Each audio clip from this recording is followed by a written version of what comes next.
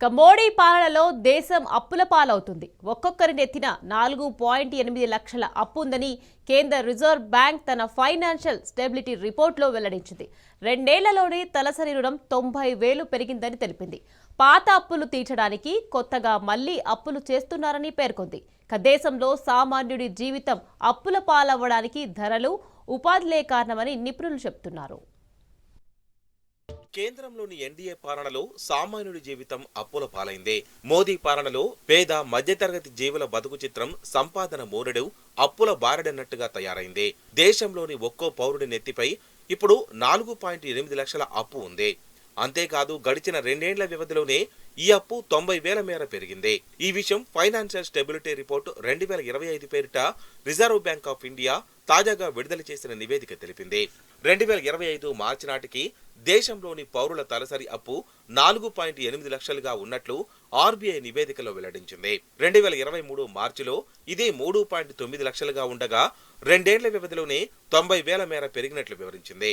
ప్రస్తుత ధరలను బట్టి దేశ జీడీపీలో అప్పుల వాటా 41.9% ఉన్నట్లు తెలిపింది. అప్పుల్లో గృహ రుణాలది 29% వాటా కాగా క్రెడిట్ కార్డులు, వ్యక్తిగత రుణాలు, మొబైల్ ఈఎంఐలది 54.9% ఉన్నట్లు వెల్లడించింది. స్థిరాస్తి తదితర ఆస్తులను తనఖా పెట్టుకుని ఇచ్చే రుణాలను లోన్ టు వాల్యూగా పిలుస్తారు. ఎల్టీవీ రేషియో ఎప్పుడూ తక్కువగానే ఉండాలి. అప్పుడే రుణాల రికవరీ సులభమవుతుంది. అయితే రుణాల విషయంలో ఎల్టీవీ రేషియో ప్రస్తుతం 70% కంటే ఎక్కువగా ఉందని ఆర్బీఐ ఆందోళన వ్యక్తం చేసింది. సురక్షితం కానటువంటి రిటైల్ లోన్లు కూడా 25% చేరినట్టు తెలిపింది. దేశంలోని ఒక్కో పౌరుడి తలసరి ఆదాయం 2.16 లక్షలుగా ఉన్నట్లు ఫోర్బ్స్ తాజా నివేదికలో వెల్లడించింది. ఆర్బీఐ తాజా గణాంకాల ప్రకారం ఒక్కో పౌరుడి నెత్తిపై 4.8 లక్షల అప్పు ఉంది. దీన్ని బట్టి వచ్చే సంపాదన కంటే పౌరుల అప్పు రెట్టింపు కంటే ఎక్కువగా ఉన్నట్లు అర్థమవుతోంది. దేశంలో పౌరులు తీసుకుంటున్న రుణాల్లో 55% అప్పులు భవిష్యత్తులో ఆస్తులను సృష్టించేవిగా లేవని, కేవలం జీవన అవసరాలను తీర్చడం కోసమే ఈ అప్పులు చేస్తున్నట్లు ఆర్బీఐ నివేదిక వెల్లడించింది. ఇందులో పర్సనల్ లోన్లు, క్రెడిట్ కార్డుల వాడకం ప్రధానమైనవిగా వివరించింది. అంటే చేసిన అప్పులను తీర్చడానికి ప్రజలు మళ్లీ కొత్త అప్పులు చేస్తున్నారని ఆర్థిక నిపుణులు అంటున్నారు. ఈ ధోరణి పెరుగుతూ పోవడం వల్లే పేద మధ్యతరగతి ప్రజలు అప్పుల ఊబిలో కూరుకుపోతున్నట్లు అభిప్రాయపడుతున్నారు.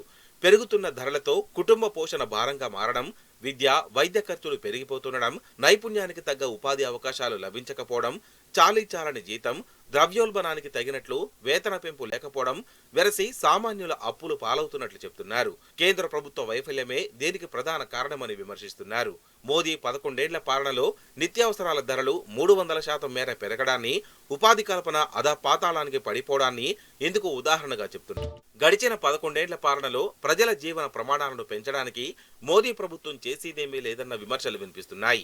అచ్చేదిని పేరిట దేశ ఆర్థిక వ్యవస్థను భ్రష్టు పట్టించి ప్రజలను అప్పుల పాలు చేశారన్న ఆరోపణలున్నాయి. రెండేళ్ల వ్యవధిలోనే ప్రజల తలసరి అప్పు 90,000 పెరిగిందని ఆర్బీఐ నివేదిక కొండబద్దలు కొట్టడమే దీనికి సాక్ష్యంగా చెప్తున్నారు. ఒకవైపు ప్రజలు అప్పుల పాలవుతుంటే మోదీ మిత్రులు మాత్రం మరింత సంపన్నులుగా మారుతున్నారని దుయ్యబడుతున్నారు.